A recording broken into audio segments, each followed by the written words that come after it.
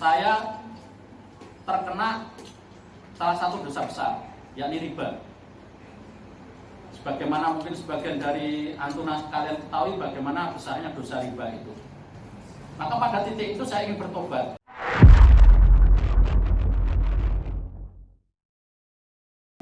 Ketika menjadi seorang pengusaha muslim, maka itu nanti kita akan diuji. Pada titik tertentu kita akan diuji. Sebagaimana saya memulai usaha ini dulu.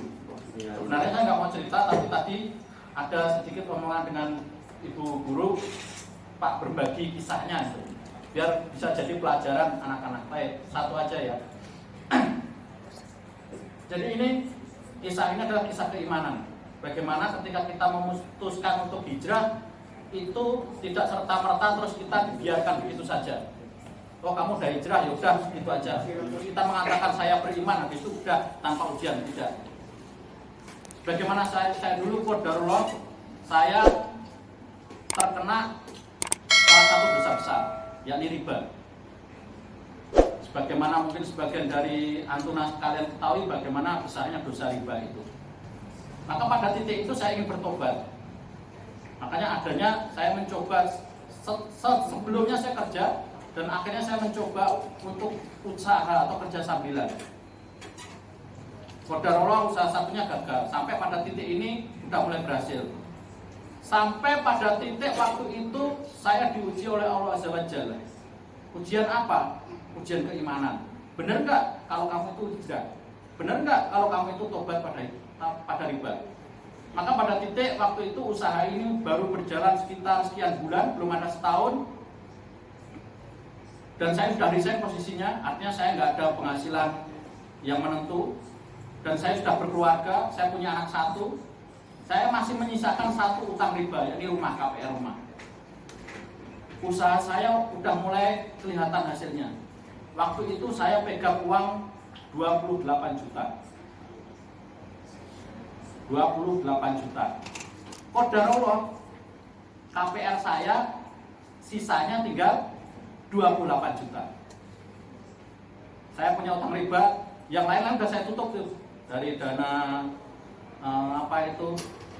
bukan pensiun ya, apa itu namanya kalau kita resign, ada dana sepertinya pesangon. Tinggal ini aja, tinggal KPR. Berapa? 28 juta, pas dengan yang saya pegang waktu itu 28 juta. Saya sebagai mentalnya pengusaha bilang sama istri, Nih, ini kelihatannya enak nih kalau diputar dulu uangnya.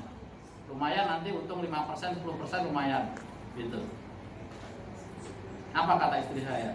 Istri saya, bukannya dulu kita berazam untuk lunasin utang riba, untuk lepas dari riba.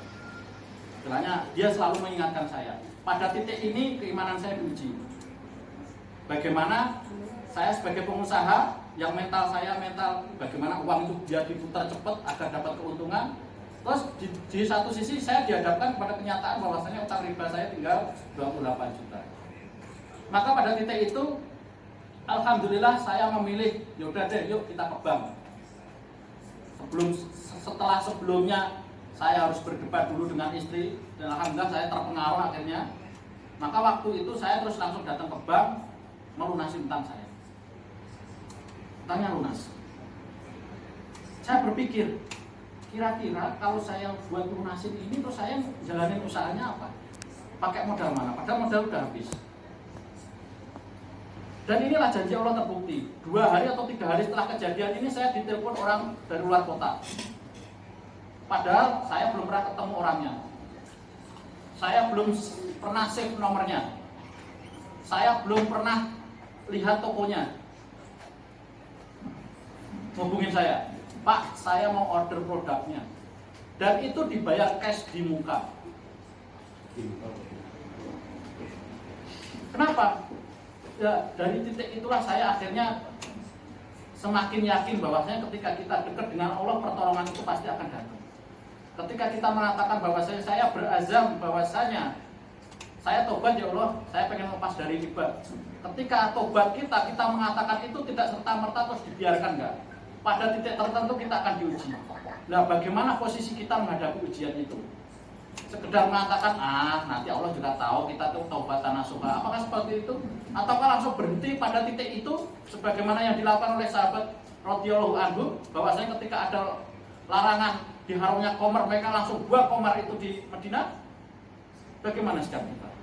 Nah itulah pada titik ini nanti ketika adik-adik kakak-kakak semua menjadi pengusaha, kakak akan diuji. Ketika kakak-kakak nanti usahanya udah mulai berkembang, di situ ada yang namanya godaan dari iklan TikTok yang bermusik dan lain sebagainya, itu akan jadi ujian kita. Endos-endos yang naudzubillah membuka aurat, itu akan mulai diuji di situ. Lumayan gaji endos ini dibayar sekian juta, nanti omsetnya sekian. Apakah terus seperti itu?